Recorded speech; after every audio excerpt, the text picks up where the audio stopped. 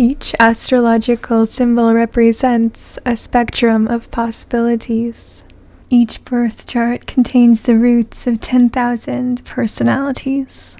This is the key to the system, the 7 principles. Astrological symbols are neutral. There are no good ones, no bad ones. Individuals are responsible for the way they embody their birth charts. No astrologer can determine a person's level of response to his birth chart from that birth chart alone. The birth chart is a blueprint for the happiest, most fulfilling, most spiritually creative path of growth available to the individual.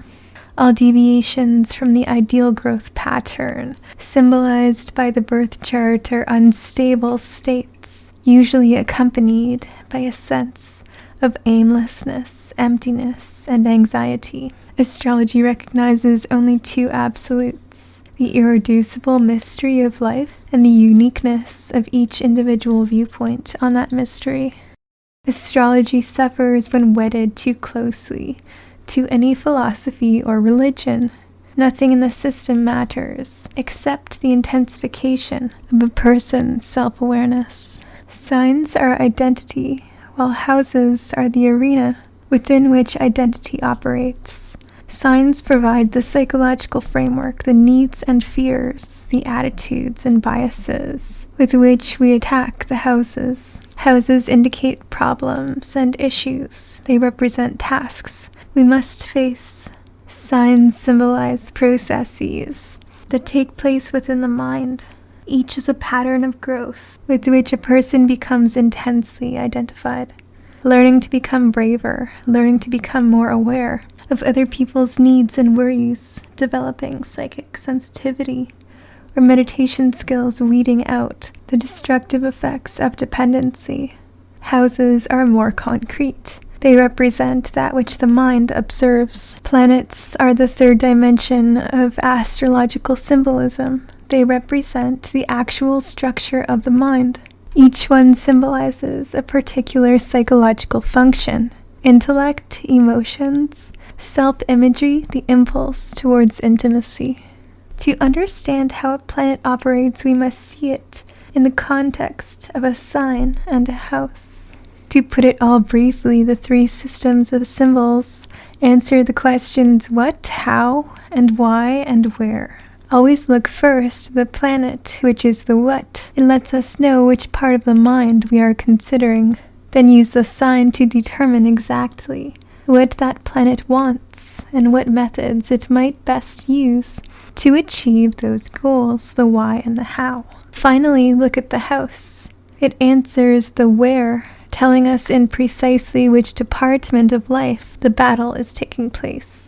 Planets tell us which part of the mind we are looking at, the what. Signs let us know what needs and strategies drive that planet, the why and the how. Houses specifying exactly which of life's arenas the planet sign combination is developing, the where. Astrology really has nothing to do with the stars themselves. It is based solely on these variations in light, or more simply, on the seasons. To an astrologer, Aries means something different. It refers to a certain phase in Earth's orbit around the sun, or more simply, to a certain season. Signs: Aries the ram, element fire, mode cardinal.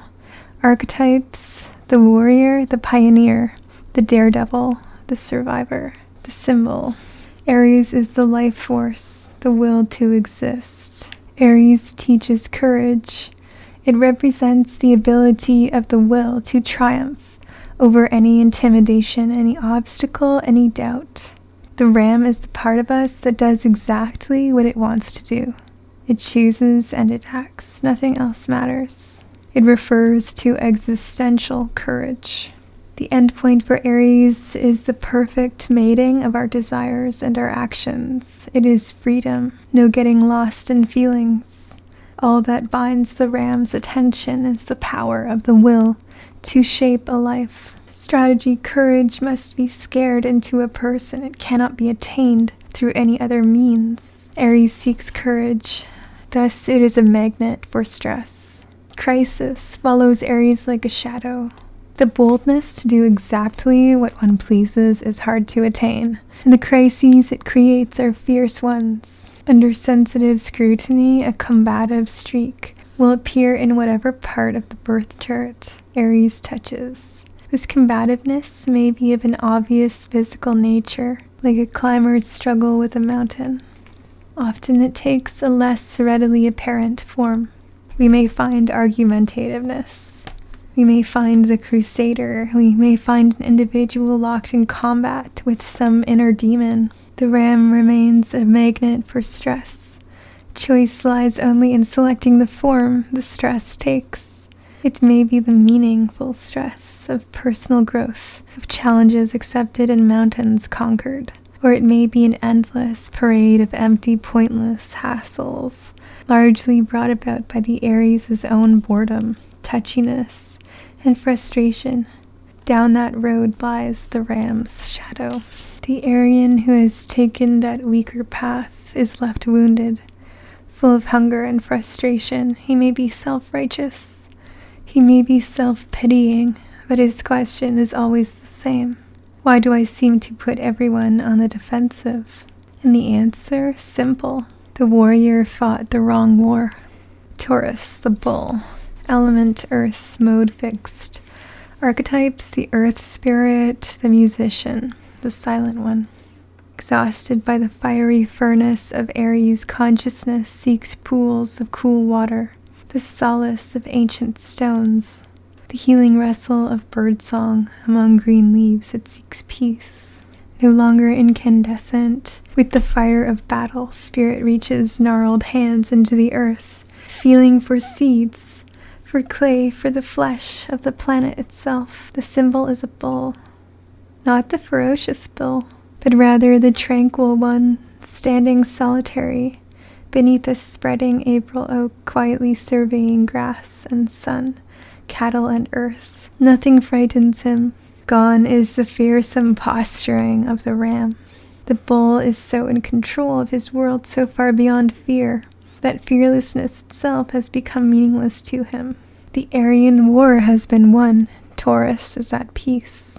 The end point of Taurus is to find that serenity and to keep it. That is the bull's task. Of all the signs, the bull is the most physical.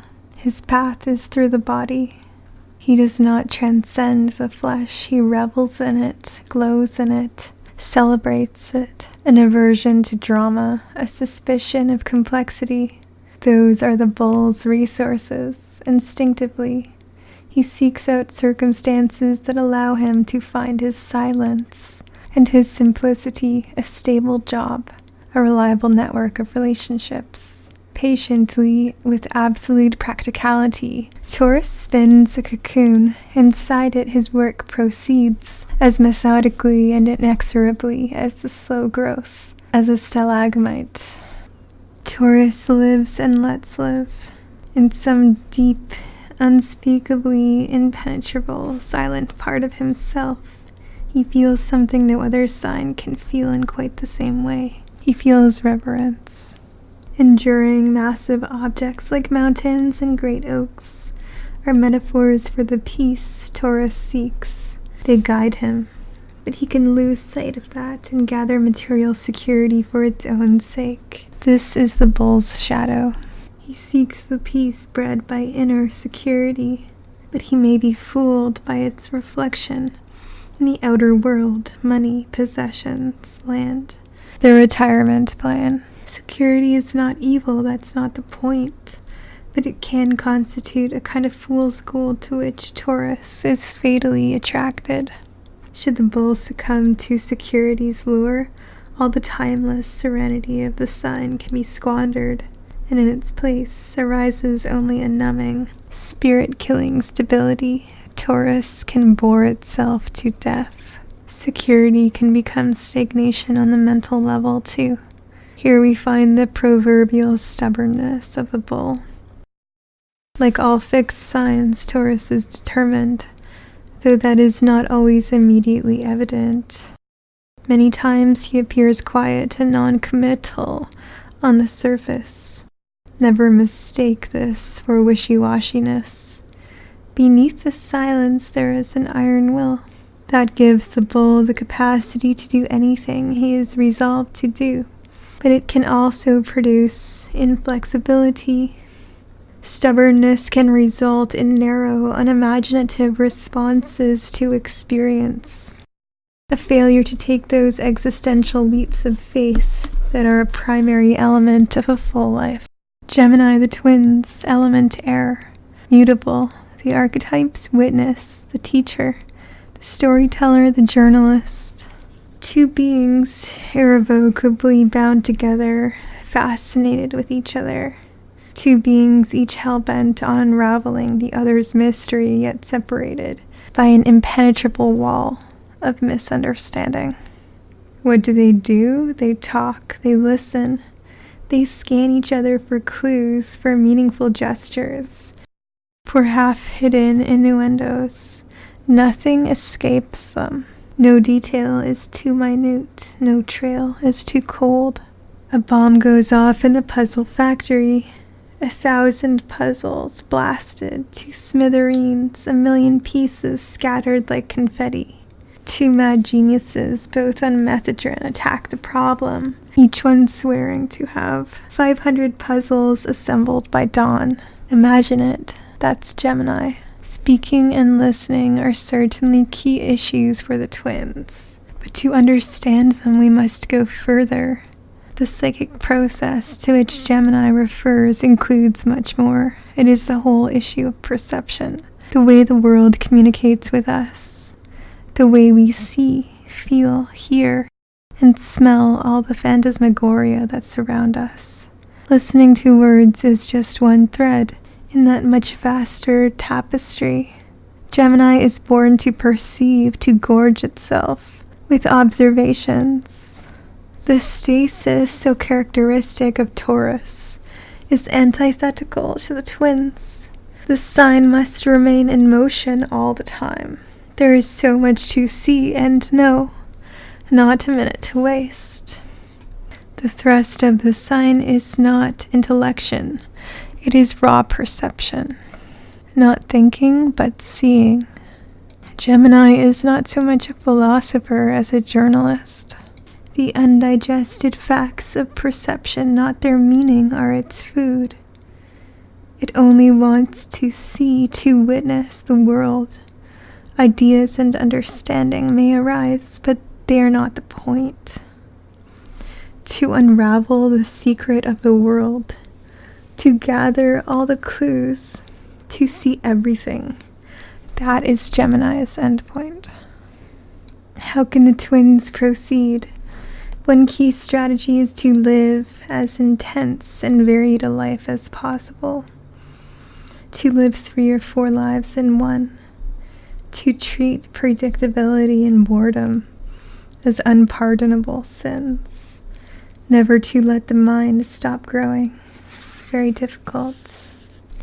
Gemini must allow the universe to not make sense. If they are confused, they are right on target. That just means the information they have gathered is ahead of their ability to figure it out. Maintaining that wide open, totally receptive state is a prime evolutionary strategy for this sign. Once again, not thinking so much as seeing. The twins are born to talk. They are also born to listen.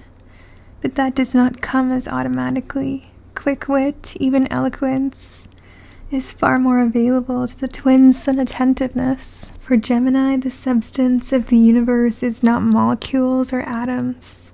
It is information. No sign is so hungry for it or so adept at gathering it, correlating it, broadcasting it. And that is their most precious resource. Gemini in its pure form is beyond opinions. With no more judgmentalness than a mirror, it simply observes. Suspicious of grand schemes of ultimate truths, the twins piece together a web of clues. Always hesitating to draw a premature conclusion, Intuitively, they sense that anything can be proven with facts. The adaptability so characteristic of this phase of the zodiac arises here. Unfortunately, when married to the baser motives, this same flexibility produces horrors. Pressed to face an unpleasant truth, the adaptable Geminian mind can reconstruct the information. However false it may be, convincing or at least persuasive enough to put anyone off the track. Only the most cunning and single-minded individual can penetrate the maze the twins weave once they are put on the defensive. Tension such as Gemini can develop must be released. Quiet talk with penetrating and yet relaxed partners is a big help. No mind wars with intellectuals here. No verbal jousting. Simply heart-to-heart communication with no one taking notes and no one looking to sell a point. Physical exercise also aids in the release of the twins' tension. Cancer, the crab. Water, cardinal. The mother, the healer, the invisible man or woman. The crab, a vulnerable creature, a succulent piece of meat. The food of gulls, how will he survive? To live, the crab must grow a shell. He must grow a wall between himself and nature. He is too delicate to protect himself in any other way. With this armor the crab endures. He is at peace with his environment. But that success holds the seeds of a perilous transformation.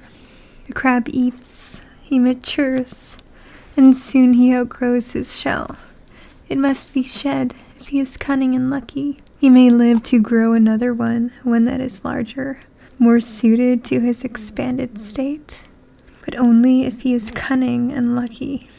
Dizzied by Gemini's spinning carousel, confused by the chaos of life, on the midway, awareness now turns inward toward its roots. To the twins, truth is out there somewhere.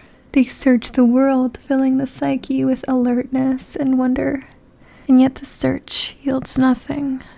Life is more mysterious than ever, more full of loose ends and undigested details. Cancer sets out in a new direction. Instead of rifling through the universe, the crab reaches tendrils of consciousness inward, probing deeply into the underpinnings of experience, pressing towards the heart. The fabric of the world to Cancer is feelings. The terse, journalistic awareness of Gemini gives way to a tapestry of impressions of personal responses. There is no longer an objective universe. All that remains is a pattern of reactions. Those who are born under the mark of the crab have come here to penetrate dimensions of inner life inaccessible to any previous sign. They arrive fluent in the language of the deep self, the language of emotion. Cancer's endpoint? To see the hellish discord of life, to see the cauldron within, and against all odds, against all common sense, to love, trust, and accept all that existence offers. Strategy. The bathysphere must survive. The sea presses at it, sounding the walls for any weaknesses. Any flaw. In that unmitigatedly hostile environment, defense is everything. Without armor, the delicate sensing devices within the vessel would be crushed in a microsecond. Yet there must be gaps in the defense. Without breaks in the armor, the bathysphere could not interact with the environment it was designed to explore. Cancer's goal is to maximize the intensity of its interactions with the world while simultaneously protecting its finely tuned emotional sensibilities. The crab's strategy is to create the minimal defenses consistent with survival. Shyness is one such defense, especially in early life. Daydreams and reticence are Cancer's cloak. The person initiates only the most barely essential interactions with the world. A mask is worn, a mask of anonymity and disinformation. Later, the defenses may become more sophisticated. The crab learns to project a plausible three-dimensional hologram of a human personality into this social arena. to wear a mask or to stand naked and revealed. Cancer has little choice. His inner processes are so delicate and life is so jarring that without insulation, his nervous system would shatter. The danger is that the defenses can become so efficient that safety can be put ahead of everything, even growth. For the crab to evolve, he must shed his shell. But the shedding must be calculated. He must play. He must open up. He must trust. Love is always a gamble, and that is a risk Cancer must learn to take. Resources. Imagination, subjectivity, feelings. These are the raw materials of the crab. They come to a focus in that most primal of all emotions, love. Look at another person, feel tenderness. Feel the desire to help, to heal, to nurture. Feel no competitiveness, no fear, nothing but support. Your Cancer circuits are illuminated. Mothering, that is the crab's resource. That is what arises automatically. To love truly is far more difficult, far more perilous, and it never happens without effort. Shadow. Mothering works fine with strangers on the bus, but it cannot be allowed to become the dominant theme of marriage or friendship. If that happens, the natural equality of such a bond is disrupted. Both partners are robbed of their humanity. Emotional nakedness is frightening to Cancer, but equally frightening are insecurity and instability in the outward side of life, change, adventure, experience. And safe within its shell, the crab's romantic, creative spark may lapse into decades of dormancy. Leo the lion, fire fixed, the king or queen, the performer, the child to the clown. In Cancer, the preceding sign, the veil is drawn aside to reveal the glittering, shifting depths of mind. Consciousness is mesmerized, it cannot turn away. The mirages of the inner eye fascinate awareness, collapsing it inward upon itself. Attention turns away from outward activity, dissolving into passivity, watching and feeling, projecting very little. Leo is a reaction against the inwardness of the crab, fertilized, enriched by its encounter with the roots of consciousness. Life now seeks a more palpable expression. Blazing magma may have flowed beneath Cancer's shell, but in Leo it roars forth with all the grandeur of a volcano, and sometimes with just as much subtlety. Expression, that is the key to understanding the lion. The contents of the mind are made visible. Nothing is changed in the dungeons of imagination. Everything is given form. Everything is expressed. Leo must leave tangible evidence of its internal processes in the hands of the world. Cancer needs secrets. For the lion, they are anathema. To express the mind, to create outward symbols of our inward state, to weave a transparent clue whose unraveling leads anyone to the center of our most intimate mysteries, that is Leo's work. And what is that clue that the lion must weave? It is Leo's endpoint, the development of a spontaneous, unabashed, open-handed style. It is the development of a behavioral surface that conforms to the shape of the mind's interior. Leo's endpoint, the development of personality. Leo must learn to say yes to life. His path is one of affirmation, of positiveness. He must banish all pettiness, all pickiness, all narrowness from his mind. Fear and suspicion have no place in his vocabulary. Nothing that inhibits his self-expression can be tolerated. What if people laugh? No matter. Leo must still affirm who he is. He must still say, life, I love you. I celebrate you. I am not afraid of you. Leo refers to the development of ego, not its transcendence. And sitting in the lotus position is no help there. The lion must accept the essential absurdity of ego, then revel in it, letting ego flow unself-consciously into the world. And if people stare, he must whistle louder. To perform for the world is to trust it. That unquestioning trust of life is Leo's holy grail. All the creativity, all the warmth, all the playfulness and drama of this sign are simply methods used to attain that goal. Anything inside should appear on the outside. To the old astrologers, Leo was the symbol of kings. Its charisma and presence justify that title.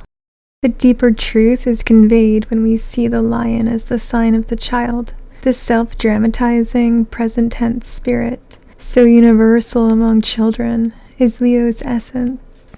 Strategy to celebrate oneself, to create, to keep no private secrets, to maintain the innocence, the spontaneity, and the freshness of a child. The lion's radiant, magnanimous personality gives him a natural knack for leadership. Creativity and charisma are leonine resources, but there is a far greater one. The lion knows how to be happy. His attention is on the present moment, and in that moment he is king. Shadow. Leo needs applause. Without it, he withers. With all his warmth and presence, Leo certainly merits praise, but he projects an image of self-assurance and pride. Unintentionally, the lion seems to be proclaiming his superiority, and that is not a formula for applause. People may react by attempting to counter Leo's apparently grandiose self-image. They may ignore him or try to deflate him. That only whips the lion into a frenzy of performance. He is saying, "Please love me," and they are hearing, "I am the greatest." At extreme stages, the lion may even begin to display those traits of which the popular astrology books have always accused him: arrogance, haughtiness, the little Napoleon syndrome. Leo's shadow, it is pride. He must learn to share the vulnerability he knows so well, to ask for support. Failing that, he is like the comedian playing to the room of granite faces. He is pitiful. Virgo, the virgin. Earth, mutable, the servant, the martyr, the perfectionist, the analyst. The virgin, of all the symbols, the most difficult to grasp. The virgin is an image of purity. Nothing has possessed her. She is attached to nothing, wants nothing, fears nothing. Nothing holds her. She is free, unbound by any earthly drama. Yet she is here, on the earth. What can she do? She waits aloof as the Madonna. She works on herself. And to pass the time, she helps out where she can. Endpoint. Roaring gets old. Consciousness, tired of Leo's fanfare, reaches for deeper meaning, for a sense of purpose. Leo looms large. He shocks us to attentiveness. But gradually our circle of attention widens. The mighty lion is revealed in a new perspective against the backdrop of galaxies of aeons of life and death. His pride and vanity are absurd. The lion's roar turns out to be empty. In Leo, personality attains a pinnacle. It can be taken no further. Our next step is nothing less than a leap into a new level of experience. Out of that need, out of that despair, arises the virgin. Awareness attunes to a new feeling, the hunger for personal transformation. The seeds of discontent have germinated. Virgo must grow.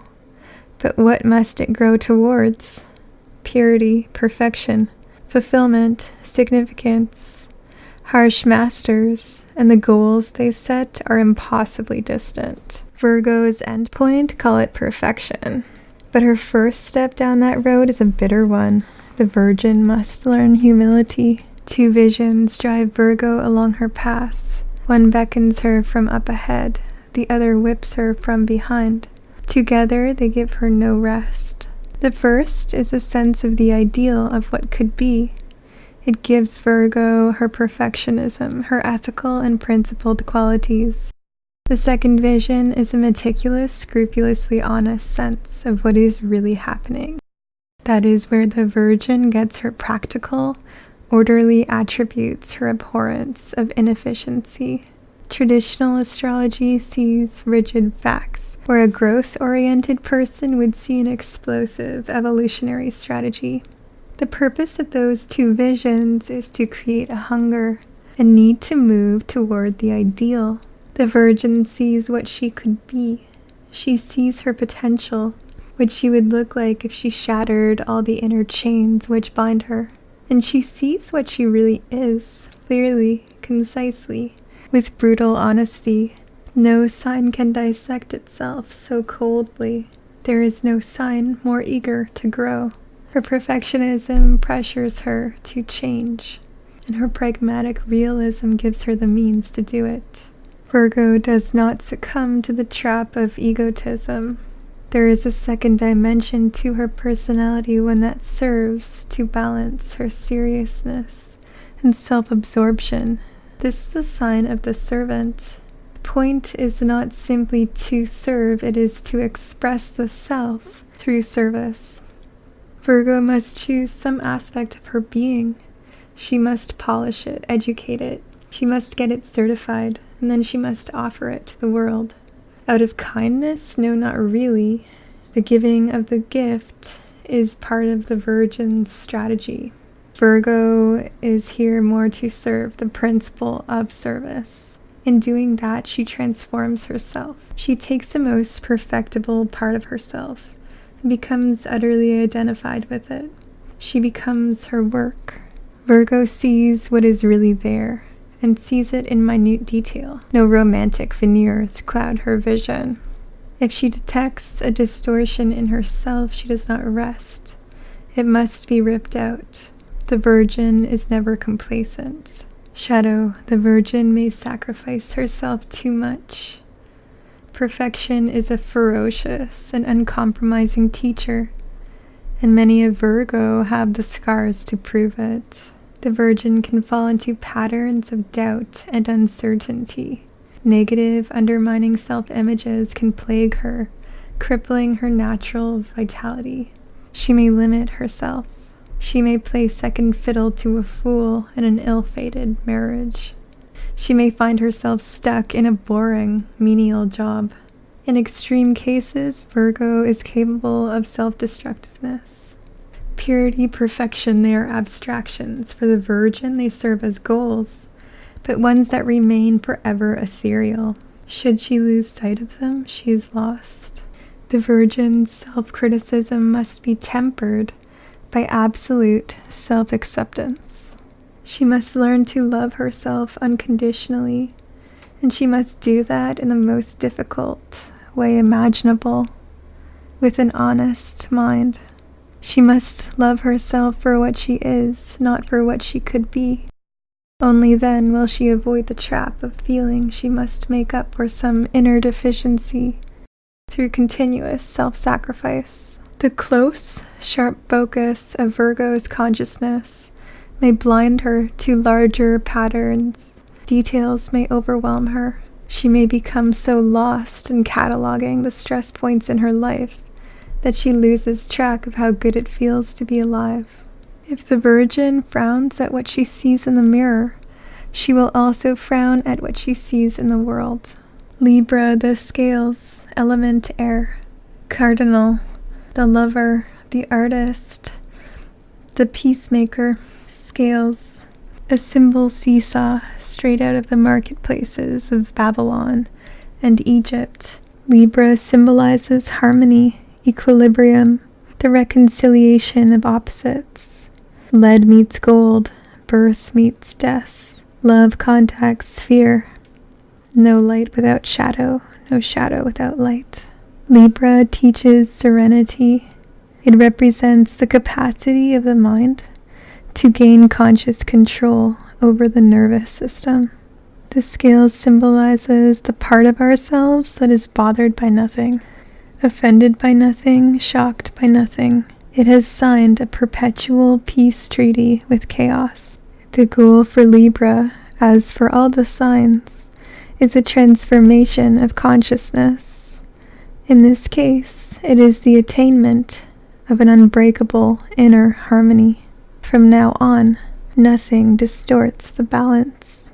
Nothing shatters the equilibrium. Hurt comes, hurts go. Libra's endpoint, so simple to say, so hard to do. It is to calm down. Other signs have a kind of equilibrium built into them. Not so for Libra. The attainment of tranquility is the essence of this sign's work, and that tranquility must be achieved through the action of the will on the structure of consciousness. Numbness and inattention do not count. The scales have no natural defenses for their equilibrium. Their peace must be sustained through indefatigable effort. It never happens automatically. This is the paradox. Libra, the symbol of calm, stretches the nerves as taut as the strings of a violin, and its art is not so much to loosen them as to see that they are never plucked. To be utterly vulnerable, to be pitilessly sensitive, and to be calm anyway. That is the task. How? Libra must learn to recognize the early symptoms of emotional imbalance.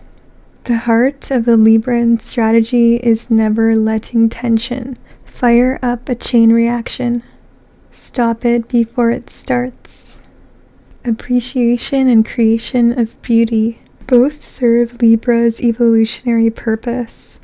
Both promote calm.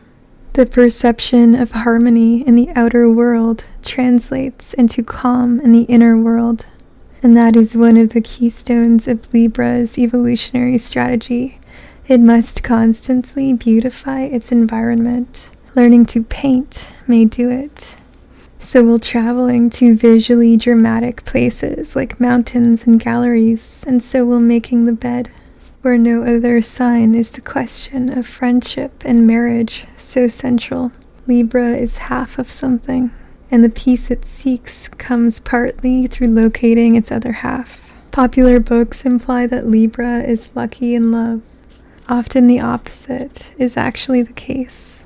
Relationships are a growth-intensive area for this sign, and that means work and probably turmoil. The aim for the scales is to form deep, harmonious bonds. The strategy is to learn to compromise idiosyncrasies without ever compromising essence. And the danger is to get so nervous maintaining the semblance of harmony in a relationship that all real peace is lost. A sense of harmony is Libra's resource, but that harmony goes far beyond the colors, shapes, or personalities. It is an awareness that all wholes are composed of complementary halves. Feed Libra any rigid, dogmatic opinion, and the sign quickly generates an opposing view. Like no other sign, Libra tolerates a paradox. It does not need the world to make sense. To Libra, every truth is composed of two half-truths, and no sign is less content with a half-truth. Shadow. Truth is inherently ambiguous. If we can accept that, our perceptions are less clouded. But that knowledge is a terrible burden. We come to crossroads. We need to make decisions, and yet every decision is a definite step. Bridges burn behind us. Libra can stand at the crossroads, shell-shocked by the realization that no path is unambiguously correct. All the scales can do is flip a coin and then act as if they passionately believed there were no alternatives. Scorpio, water, fixed. The detective, the sorcerer, the hypnotist. With the scorpion on your belly, only the awesome intensity of the present moment remains. Everything else, all pretense, all vanity, all ambition is ripped away.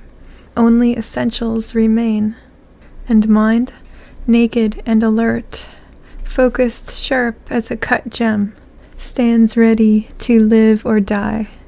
That attitude, that state of consciousness is Scorpio. End point. Like the person sharing a sleeping bag with a scorpion, our priorities are clarified. The future disappears, the past evaporates. We are utterly focused on the present moment. Nothing else matters. And in that present moment, all our posturing and politeness, all our phony, comfortable answers are stripped away. Only truth remains. like never before. We know who we are and what we want. That is the Scorpion's endpoint, to live with that kind of intensity, to burn away all pretense, to let nothing be hidden behind walls of fear, to make the unconscious conscious. The aim of the Scorpion, in a word, is to live every minute as if it were the last. The Scorpion's principal strategy is basing one's actions on feelings rather than on reason. Why? Because logic is too general, too impersonal. Logically, for example, each of us could have many different careers, marry many different husbands or wives. Logic serves only one purpose: to weed out the impossible and the ridiculous. After that, the Scorpion must feel his way through life. Happiness comes in large part from getting what we want, and we feel what we want, never deduce it. Scorpio knows that. It is always that way. Death just makes the principle stand out more starkly. Always, if Scorpio is to live each minute as if it were his last, he must create a perfect alignment between his feelings and his actions. And to accomplish that, he must destroy whatever walls prevent those feelings from entering consciousness. He must have the courage to feel anything, no matter how terrifying those feelings might be, or what implications they might have for his life. Thinking about death helps the Scorpion to arrive at that level of self-knowledge. Its shock value brings emotional clarity. Morbidity is not the point. That is a distortion of the process. This strategy is to fully accept into consciousness the reality of one's own inescapable death, to let death serve as a counselor. What is really important to me? Which of my commitments and behavior patterns are based on the insane assumption that I am physically immortal? Scorpios are sexy is a commonplace observation in pop astrology circles. There is truth in that assertion, but it is often misinterpreted and overblown. The key is to remember that a vast reservoir of emotional energy is tied up in our sexuality, and we must define sexuality here in an emotional, personal way, not just in a physical one. It is much more a need for intense, emotional encounters than a need for orgasms. Too many of our emotional needs, too much of our actual psychological reality is lost behind a wall of suppression. And suppression creates a disharmony between actions and feelings, the antithesis of the Scorpion's aim. Accepting one's sexuality, feeling one's own feelings in that department is an elemental Scorpio strategy to get past all the glamour girls and Marlboro men telling us to just do it, to silence all the preachers and prudes telling us not to do it, to gracefully, sensitively let one's sexuality be what it is. That is the Scorpion's way. But sex is not the point. Feelings are the point. Feelings that are often twisted and distorted by the alternately moralistic and hypersexualized training we receive. Feelings that we must uncover if we are to live happily and decisively in a world where everybody dies. Strategy in Scorpio, the repressive mechanism is defective. It works, but not well. Overwhelming emotions, disruptive thoughts, shocking, painful interpretations of circumstance erupt explosively into the mind. Strange as it may seem, that defective, repressive mechanism is Scorpio's prime resource. Without it, the brutally clear self-analysis so essential to the Scorpion's work would be impossible. No sign is so mercilessly introspective. Such inward intensity has outward effects as well. Just as the Scorpion penetrates so deeply into his own mind, he turns the same piercing gaze on the world around him. Instinctively suspicious, he mentally delves into the minds of those who surround him, grasping for understanding, for a knowledge of each person's innermost motivations and darkest secrets. and typically he succeeds in finding them. The Scorpion's resource, a mind as sharp and silent as a stiletto, bent on tearing away every comforting lie, every soothing half-truth, every phony, idyllic description of our lives.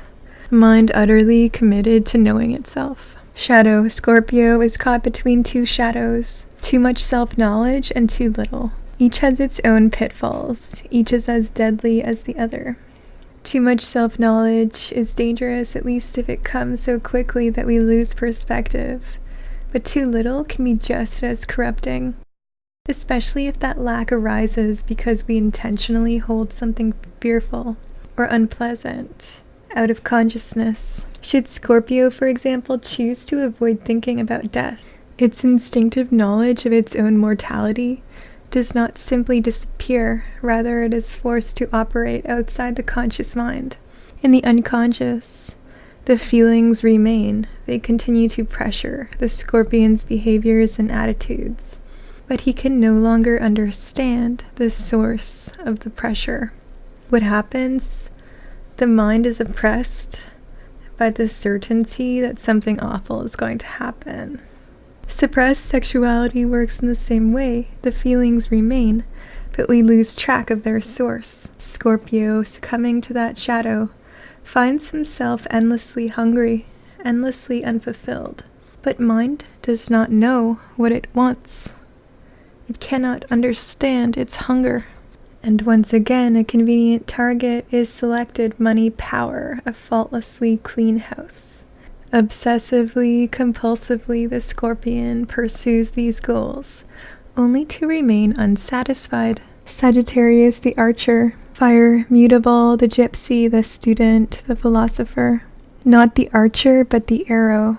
If that arrow were suddenly given a mind, what thoughts would occupy it? What is my place here? Where am I going? What is the reason for my existence? In each of Sagittarius's archetypes, mind projects itself outward toward a new horizon, just like our flying arrow. In each we observe actions that expand awareness through the gathering of unfamiliar experiences. That expansion is the lifeblood of Sagittarius. The archer's endpoint: to realize the ultimate meaning of life. To find one's destiny in the cosmic scheme of things, to arrive at the truth. Those are the goals of the arrow. The archer's endpoint is perhaps the most difficult of the 12 to define at a practical level. For Sagittarius, there is no clear ending, only an endless process. It is a moving, fluid state of being, an image of life as a perpetual quest. Strategy: to become a gypsy. That is the first step. To release the bonds that tie one to a particular culture with all its attendant values and customs. The point is not so much the need to travel as it is the need to remain open to foreign modes of thinking. The literal journey is simply a method Sagittarius can employ to enforce that openness. The philosopher's intuitive leap must be fueled by experience. The archer's strategy is to live life as an adventure. He must surrender all notions of safety. He must willingly set aside any idea or opinion as soon as he sees himself hiding behind it. Resources. Personal freedom is essential to the archer's strategies. Appropriately, a pronounced love of freedom is a basic Sagittarian resource. No sign is so fearful of constraint. The Sagittarian resource: faith in his ideals. No sign operates so unquestioningly at the level of principle. Over-optimism, overextension, and plain bad judgment are his shadow. He may put too much trust in the strength of those rickety steps. He may pass on a blind curve. He may follow some self-appointed guru to a mass grave, all in the name of faith. Freedom is precious to Sagittarian evolutionary work, yet few signs are in such peril of throwing it away for the promise of eternal romance. Capricorn, the sea goat. Earth cardinal, the hermit, the father, the prime minister. He is the master of two worlds, the sea and the stony heights. It is true that the sea goat symbolizes worldly power, but that does not mean money. It signifies freedom.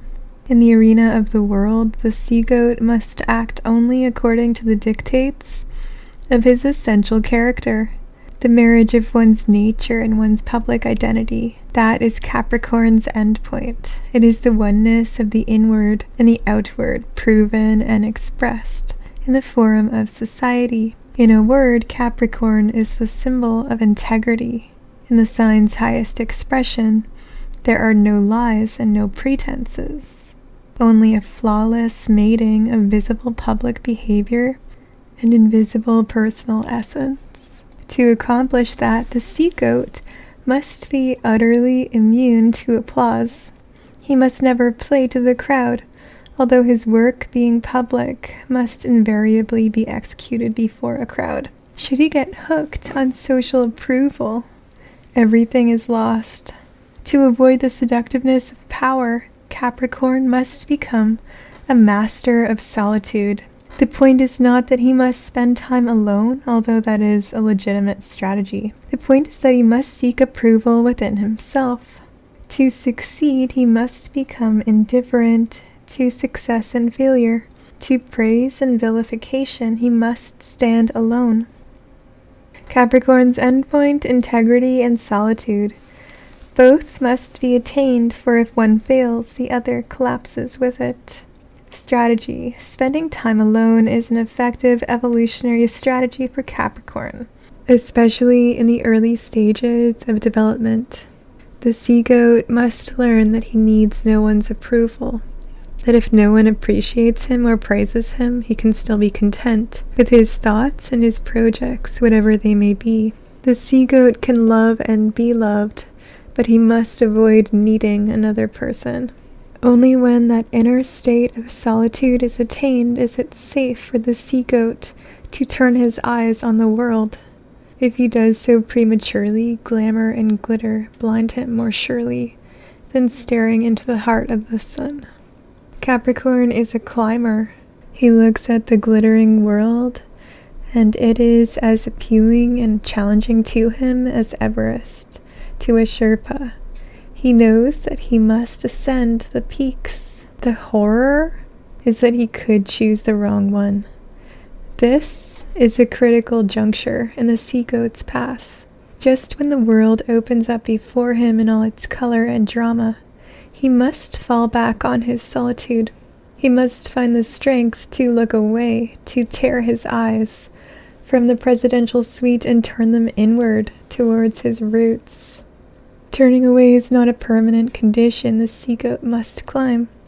He must face the world. To resist its temptations by hiding from them accomplishes nothing. He must only look away long enough to remember that he does not need the personal affirmation that comes from other people's praise. He already has his self-respect. He already knows who he is. So reassured, Capricorn casts a cold eye on the world of celebrity and renown. He enters it, but with his mind implanted firmly on a single goal, to do only what comes naturally to him. The sea goat must select a public role that expresses his own personal values, interests, and whims. All that counts is whether he is being himself. He has two resources that enable him to withstand relentless pressure: patience and self-discipline.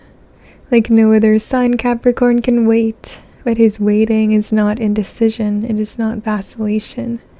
It is the intensity and stillness of a cat, as he sits frozen with concentration 8 feet from an unsuspecting mouse.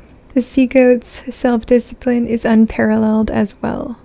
Regardless of pressures, once he has made up his mind, he sticks to his course. Fear, frustration, resistance, nothing can sway him. He may feel those forces, but Capricorn's actual behavior always reflects his intentions, not his emotions.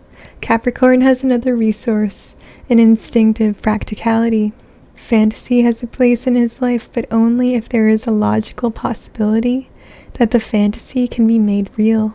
If that chance exists, the sea goat works efficiently and with absolute persistence until the dream is a reality. And if the chance does not exist, he tosses it away, like yesterday's newspaper. Capricorn's resources, in a nutshell, it is an iron will. His solitude, his determination, his patience, his unerring logic all enable him to weather the storms and discouragements of daily life, while never once losing sight of his dreams. He may be slow, but in the end he gets what he wants. Capricorn's self-control must always be applied to the objective world. It must be reflected in the nature of his actions. But should the sea goat experience a failure of nerve, should his resolve waver, then that self-control becomes distorted.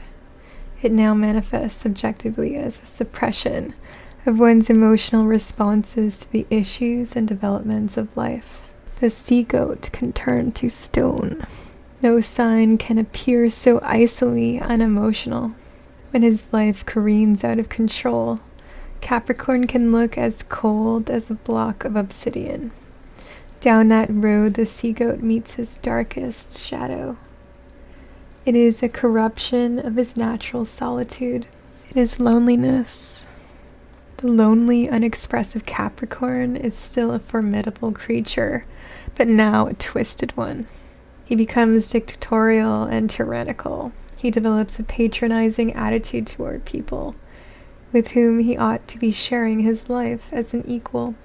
And he seeks power in the world, like a hungry wolf seeks carrion. Everywhere he goes, he seeks to extend his authority. Blindly, he pursues outwardly the approval he should be finding within himself, and he succeeds. He claws his way to the top with all the persistence and determination of a weasel in a rut. But when he arrives there, he is still unsatisfied, so he pushes harder. He becomes the workaholic, driving himself unmercifully, losing touch with the howling of his physical body and the aching of his heart.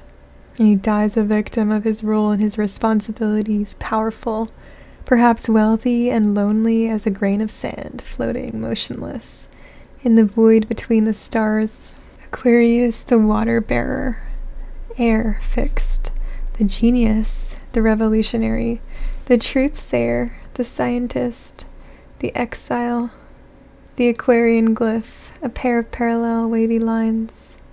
Those lines are serpents, symbols of knowledge. In Eden, the serpent tempted Eve to eat the fruit of the tree of knowledge.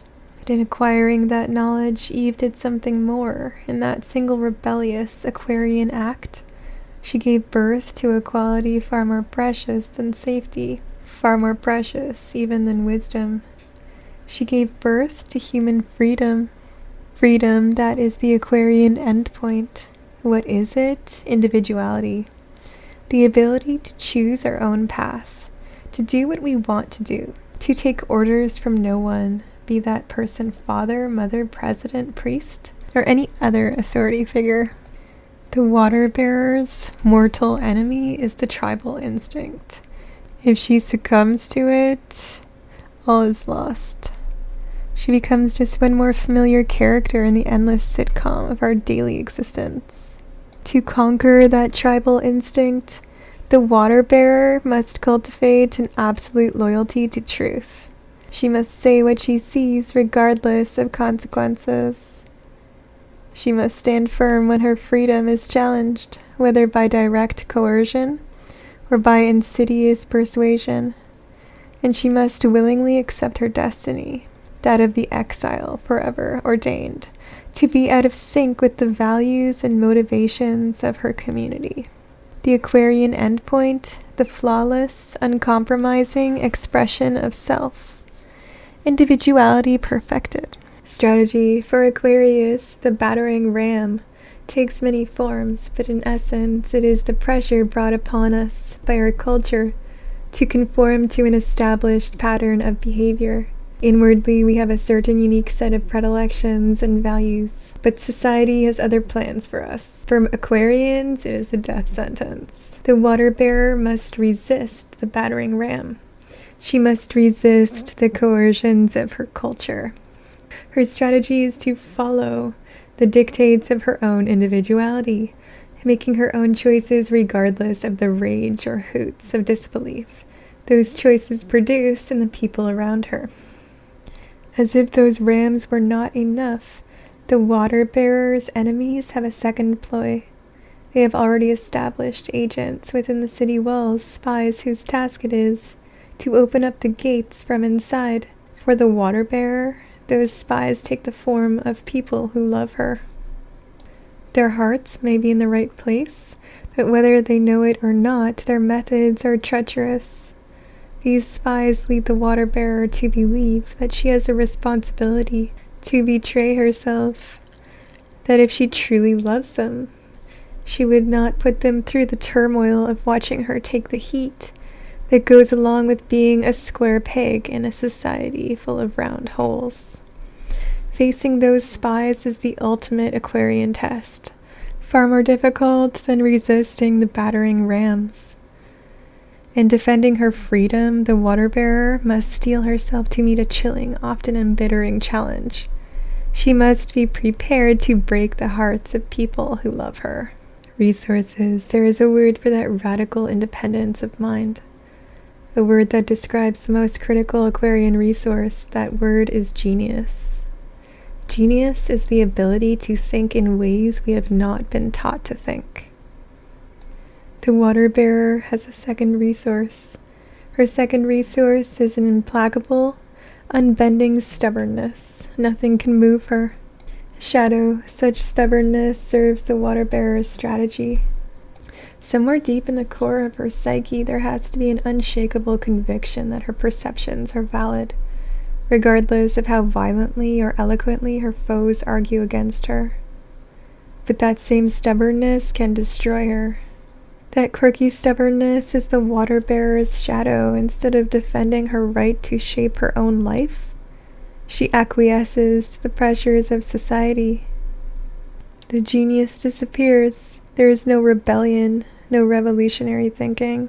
All that remains is one more nameless face in the crowd, leading a predictable life colored only by a few exasperating but ultimately harmless peculiarities. The Aquarian shadow is darker yet. Conventionality is no sin. The vast majority of us are inherently conventional people. When we fit in with society, we fit in with ourselves too. Not so with the water bearer. For her, conventionality is a mask. She may choose to wear it, but if she does, she pays a terrible price. The life she leads is not her own. The water bearer feels alienated. Then even the people closest to her never know her. Behind those eyes as clear and penetrating as a dagger of ice, there is nothing, only a missing person. Pisces, the fishes. Water, mutable. The mystic, the dreamer, the poet. The face dancer. Ocean, not fishes, but the home of fish. The Piscean ocean, liquid, flowing symbol of the unutterable mystery that binds us all together, the symbol of life. Pisces is the symbol of consciousness itself. Instead of observing the world, Pisces observes the mind observing the world. The objective universe evaporates. All that remains is a vast network of subjective reactions. All that remains is a dream. The Piscean endpoint of realization is subtle reorientation of the mind. A reorientation that changes nothing, and yet changes everything. It is the knowledge that wherever we go, whatever we do, whatever we see, we can meet only one inescapable reality, our own consciousness. Pisces must play out its creative inspirations, whether in the form of art, or in the pure fantasy of secret daydreams. Why? Because in the free play of imagination, we experience the inner world as solid and real. We grant our subjective lives, however temporarily, the same reality that we normally accord to the world of events and circumstances. And for the fishes, that is like giving eyesight to the blind. Realistically, we cannot take up permanent residence in our imaginations. The fishes, like the rest of us, must live in the world. The fishes must change the way they look at the world. It must avoid any mindset in which objects and events are granted existence independent of mind. The Piscean strategy, it is letting go of the world. It is a recognition that consciousness itself is the only reality we can ever contact, and the only reality that ever needs to be adjusted. Resources. For Pisces, the mind itself is a primary resource. It is the sign's refuge, its escape route from the insults and pressures of life. Like no other sign, Pisces can imagine. Understanding other people, feeling compassion for them comes easily. The fishes simply imagine that they were in the other person's position, effortlessly. They seek to locate that alien subjectivity within their own fluid awareness. It is as if Piscean consciousness possessed the property of containing all possible human viewpoints simultaneously. Finally, the fishes have an instinctive awareness of higher levels of consciousness. Another key Piscean resource, a sense of the possibility of self-transcendence. Shadow. Pisces must be fascinated with its own consciousness. Without that bewitchment, all evolutionary work would be stymied, and yet that fascination of itself is insufficient. It must be directed and disciplined. Failure there leads to horrors. The fishes can become shell-shocked. Their minds flood with images and impressions, an overwhelming tide of emotion. A tide of fear and vain dreams rushes through awareness, overwhelming the personality.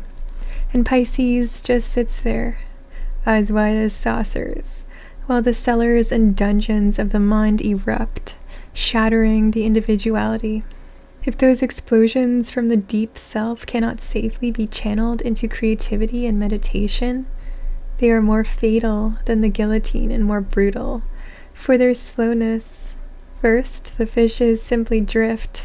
So much effort goes into maintaining some semblance of a normal personality that little is left over for life strategies and commitments.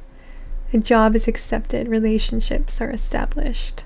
And from that point on, Pisces follows the path of least resistance. Soon life takes on a logic of its own. It runs away with the fishes, like a spooked stallion, with them trying only to avoid being thrown. Increasingly, they view their lives in the third person, as if they were only characters in an incomprehensible film. That emptiness, coupled with Piscean sensitivity, leads to the ultimate pitfall. The fishes attempt to escape from the objective world into the subjective one. No insight is involved, no recognition of the dreamlike qualities of life, only a search for numbness. Pisces may begin to drink. They may develop a dependence on tranquilizers or hallucinogens. Those Piscean shadows are well documented in the popular astrological literature, but there are other shadows less understood. The fishes may flood themselves with books or television or music. They may become obsessed with food or with sex. They may sleep 10 hours a day. It is only that they can be used to stimulate subjectivity to such an extent that objective reality is temporarily blotted out. There is no transformation of one's perceptions or cognitive processes.